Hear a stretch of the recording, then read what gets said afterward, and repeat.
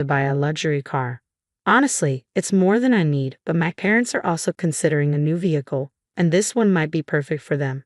Since marrying Anthony, I've noticed some changes in his behavior. He's become more self-absorbed and surprisingly, even a bit envious of the nice car my parents gifted me. I'm starting to feel fed up. My name is Emma, and I'm 29 years old. I met Anthony back in college, and we've been married for 2 years. Anthony's a socialite, charismatic, and well-liked, while I'm more reserved with a close-knit group of friends. Our relationship started off unexpectedly. It grew through shared classes and study groups. His interest took me by surprise, and when he asked me out, I was thrilled and accepted right away. That was the beginning of our journey together. Anthony's charm, relaxed nature, and dedication to his studies drew me to him. He was surrounded by friends and knew several stylish, attractive women, so I figured he'd have no trouble finding the girlfriend if he wanted. Once I asked him nervously if he really thought I was the one for him.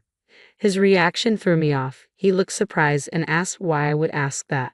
Feeling insecure, I just wanted reassurance, but after a thoughtful pause, he simply said he felt comfortable with me. It wasn't the heartfelt response I had hoped for, and before I could process it, he became engrossed in his phone. Not wanting to push the issue, I changed the subject and apologized, though the doubt lingered. On the surface, our relationship seemed fine. We graduated, got married, and settled into a condo. I landed a stable job while Anthony continued with graduate school and worked part-time. When I shared news of our engagement with my mom, she was ecstatic, admitting she'd started to wonder when I'd introduce a boyfriend. I felt a little guilty for not telling them about Anthony sooner, but my mom, knowing my independent nature, was just glad I had someone who cared about me. My parents have always been my role models. Like us, they met in college and have maintained a deep love and respect over the years. My dad climbed the corporate ladder, while my mom followed her passion for cooking, eventually teaching culinary classes. They've always honored each other's independence and supported each other's dreams, and I want a marriage as nurturing and supportive as theirs. Growing up in a financially comfortable family, I learned the importance of independence early on. This influenced my choice not to follow Anthony into graduate school. I wanted to carve my own path.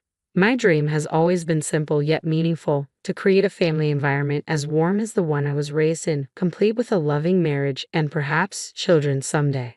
But as we settled into married life, things started to change. Anthony's financial contributions were minimal while he focused on his studies and part-time job. One day, I brought up the idea of him contributing a bit more towards our expenses. His response was dismissive. "I do contribute, Emma. Didn't we agree you'd cover the living expenses when we moved in?" His words left me uneasy. Anthony's dream of becoming a professor was clear, and I admired his dedication. But as he pursued his career, I felt increasingly burdened by our finances. Despite my assurances that I could manage with my stable income, his curt retort made me wonder if we were truly working as a team. When I first brought it up, I stammered, giving a feeble agreement, unsure how to push back. He sighed heavily. "You wouldn't understand, Emma. Being a graduate student is expensive." Then, almost as an afterthought, he added, "Oh, and I need $26,000 for a research trip. Can you lend it to me? I'll pay you back." His requests for money became more frequent, and the tension in our relationship steadily grew. Anthony often stayed out late, leaving me alone with meals that went cold and unanswered phone calls. Yet whenever he returned, his mood was upbeat. He'd casually compliment my cooking or suggest spontaneous plans, making me feel valued for a moment. These fleeting gestures of kindness gave me brief glimpses of the joyful marriage I longed for, pushing me to avoid the deeper issues between us.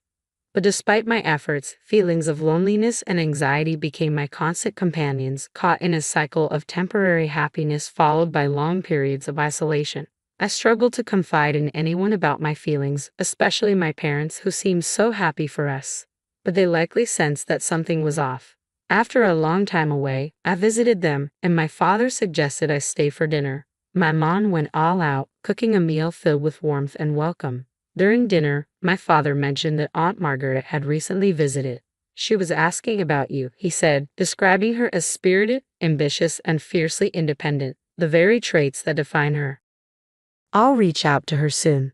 "Thanks, Dad," I replied, feeling their gentle encouragement to reconnect with family.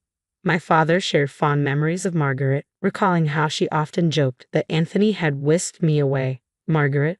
who had never planned to marry herself, had always been more of a mentor than just an aunt. I could talk to her about things too complex to bring up with my parents, and she'd always understood me deeply, providing advice and support whenever I was navigating new chapters in my life. Though I'd been hesitant to open up to Margaret about my relationship with Anthony, my visit to my parents sparked a desire to reach out to her. A few days later, we met at a cozy cafe. Margaret, ever so stylish, greeted me with a warm look and offered a bit of fashion advice. "Marriage is more than just the ceremony, Emma," she said, smiling as she sipped her tea. "It's important to feel confident and keep up with yourself. Your appearance says a lot about how you feel. Take care of it." In that moment, I realized I'd been neglecting my interests and quickly apologized for losing touch. Margaret chuckled, saying, "That's just like you, Emma. It's good to be earnest, but your timidity likely comes from not stepping out enough." Hearing about Anthony had made her happy. She thought I was finally ready to move forward. We hadn't spent a day just relaxing together in such a long time, and the beautiful weather made our outing even more delightful. As we settled on the cafe's sunny terrace, I felt at ease enough to open up about my concerns with Anthony. At first, I thought that even someone as reserved as I am could make things work with him, but recently, I was beginning to have doubts. Margaret listened quietly, her gentle nods showing empathy. When I finished, she softly asked, "Have you shared any of this with your parents, Emma?" "No," I admitted. "I was hesitant to tell even you today. I didn't want to seem vulnerable. I felt like I needed to handle this on my own to prove my independence. If my parents knew, they'd probably insist I move back home." Margaret respected my choice to manage things alone but offered reassurance. "If you ever need help, I'm here for you, Emma. I'll support you no matter what." About a month later, my mom called, casually saying, "Whenever you're free, could you drop by? Nothing urgent." Since I had the next day off, I decided to visit. As I approached their house, I noticed a new car in the driveway. I gasped, excitement bubbling up. "Is this car new, Dad? Did you just buy it? Can I take it for a spin?" With a warm smile, my dad reassured me, "This car is yours, Emma.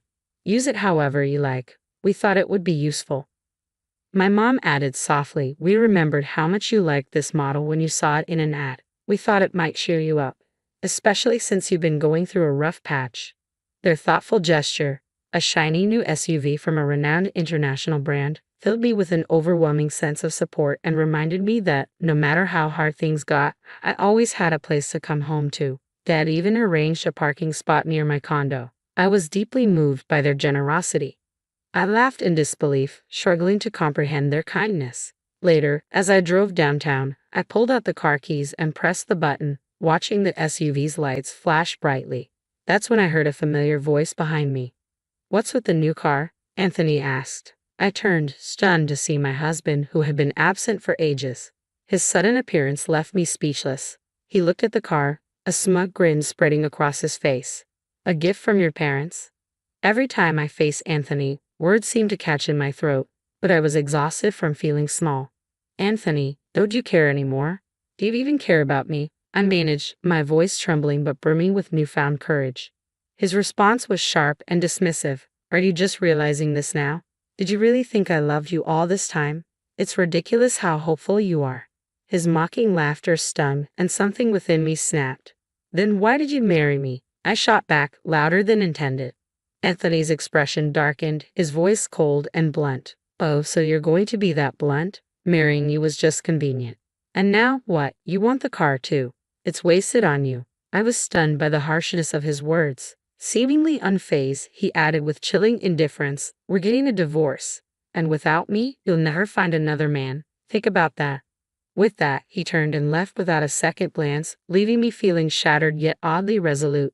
Sitting in the driver's seat, I fought to calm myself, my mind racing. After a few days of reflection and a heartfelt conversation with Aunt Margaret, I agreed to the divorce and moved back in with my parents, who welcomed me with open arms. Life felt peaceful again, if only for a while. But that peace was short-lived. One afternoon, Anthony appeared at my parents' house, his parents in tow. They all settled stiffly into the living room, and Anthony's father spoke first, his tone stern. "We're here to discuss our son's divorce." As the conversation began to unfold, I felt a surge of determination rise within me. This time, I wouldn't be silenced. "If you don't agree to the divorce," I started, my voice steady, Then let me make myself clear. I warned Anthony that I would leverage Brian's connections at the university to jeopardize his future. It wouldn't take much to tarnish the career of a junior registrar if their daughter filed a complaint. Anthony, who suddenly seemed more concerned, was taken aback by my assertiveness. He viewed my tactics as aggressive and intimidating. His father vehemently argued, "We could easily contest the divorce, Emma. Beneath her simple appearance, she's manipulative and greedy. Poor Anthony. I've heard she even paid him to stay away. She must have entertained other men. We should take this to family court and claim that Anthony was coerced into this divorce." But if Emma were to make a genuine apology, perhaps things could be different. Just then, Aunt Margaret suggested that relinquishing the SUV might help smooth things over. Anthony and his parents listened quietly, absorbing his father's protests. At that moment, the doorbell rang. My mom answered it, and Aunt Margaret walked in, her presence instantly shifting the atmosphere. "Sorry I'm late," she said, joining the tense gathering. Anthony's family, who had only met her once at my wedding, looked surprised. "What are you doing here?" Anthony's mother exclaimed, visibly annoyed. "It's rude to barge in like this. We're in the middle of something." Unfazed, Margaret replied, "You've heard about Anthony's divorce, haven't you?" "How would an outsider like you know about this?" Anthony's mother challenged. Margaret continued calmly, "I was informed by my brother earlier. I couldn't miss such an important moment for my niece." Anthony's mother shot back, "You're probably here to stop the divorce or for money. Are you still going to make accusations after seeing this?" Without missing a beat, Margaret pulled a stack of documents from her bag and spread them out on the table for everyone to see. "I hired a private detective to look into this," she revealed. "It turns out Anthony has been cheating on Emma with multiple women. He hardly came home because of it, taking advantage of Emma's kindness and even asking her for money." The revelation left everyone in stunned silence, and the tone of the meeting shifted dramatically as they processed the weight of Margaret's findings. I was deeply immersed in my university research, so when I finally made it home, we spent quality time together, sharing meals and exploring the world outside. To outsiders, we appeared like any other married couple. "Say something, Emma," Anthony pleaded, his voice tinged with desperation. "You don't need to defend yourself," his father quickly reassured him, eager to regain control of the situation. Margaret's unexpected intervention had illuminated the harsh reality of my troubled marriage, revealing Anthony's deceit and the manipulation I had endured. This new information forced everyone, especially Anthony's parents, to reconsider their approach to the divorce negotiations. "It's not your fault," Anthony's mother hastily added, clutching the documents suspiciously. "These must be fabricated. Our Anthony would never do such things. He's a kind, outstanding son." "Kind to his parents, maybe," Aunt Margaret interjected sharply, her calm demeanor belying her evident resolve. She pulled out a photograph from the stack of documents. "I was at a hotel for a business meeting recently and saw Anthony there with another woman, looking quite cozy. I had the detective investigate Anthony as well, and the results confirmed my suspicions."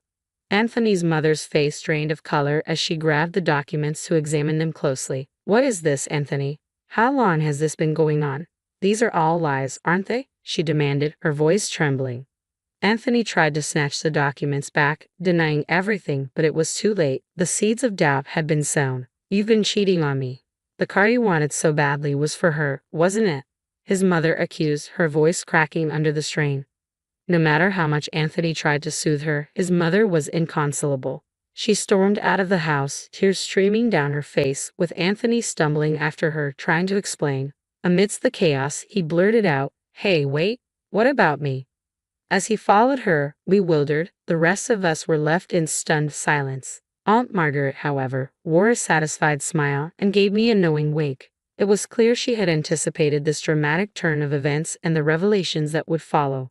After the tumultuous scene, Aunt Margaret confided in me that Anthony's parents had eventually separated. "You won't fall for such a terrible man again," she assured me, her tone protective yet empowering. "Let's focus on making you even more resilient. I'll teach you everything I know about grooming and self-care." Despite her busy schedule, Aunt Margaret made time for me, taking me out for meals and shopping trips. During this period, I absorbed a great deal from her, gaining a new perspective on self-care and confidence. Her guidance not only helped heal my wounds but also equipped me with the tools to build a stronger, more confident self. A year after my divorce, I made a life-altering decision to enroll in graduate school. This period marked a time of intense personal growth and transformation.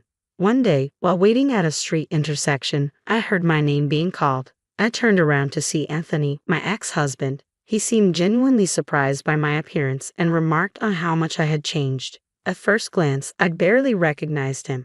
The man who once knew me as his unremarkable ex-wife now saw a woman who had blossomed into confidence and beauty. Meanwhile, Anthony's life had taken a sharp decline following his parents' very public and scandalous divorce. He had dropped out of graduate school after Kyle and Karen withdrew their financial support amidst the turmoil he had caused. Struggling to cover his tuition and living expenses, the carefree lifestyle he once enjoyed had become a distant memory. The women who had once shown interest in him had moved on, and his former social status had seemingly evaporated overnight. As Anthony was about to suggest we catch up, Jonathan, the man I was currently dating, approached us, his timing perfect and signaling a clear demarcation between my past and the new chapter I was embarking on, one that no longer included Anthony. Nearby, a group of women couldn't help but admire Jonathan, wondering aloud if he was a model. Observing my brief exchange with Anthony, Jonathan gave him a polite nod and said, "It's okay, we're done here. Let's go," taking my hand confidently.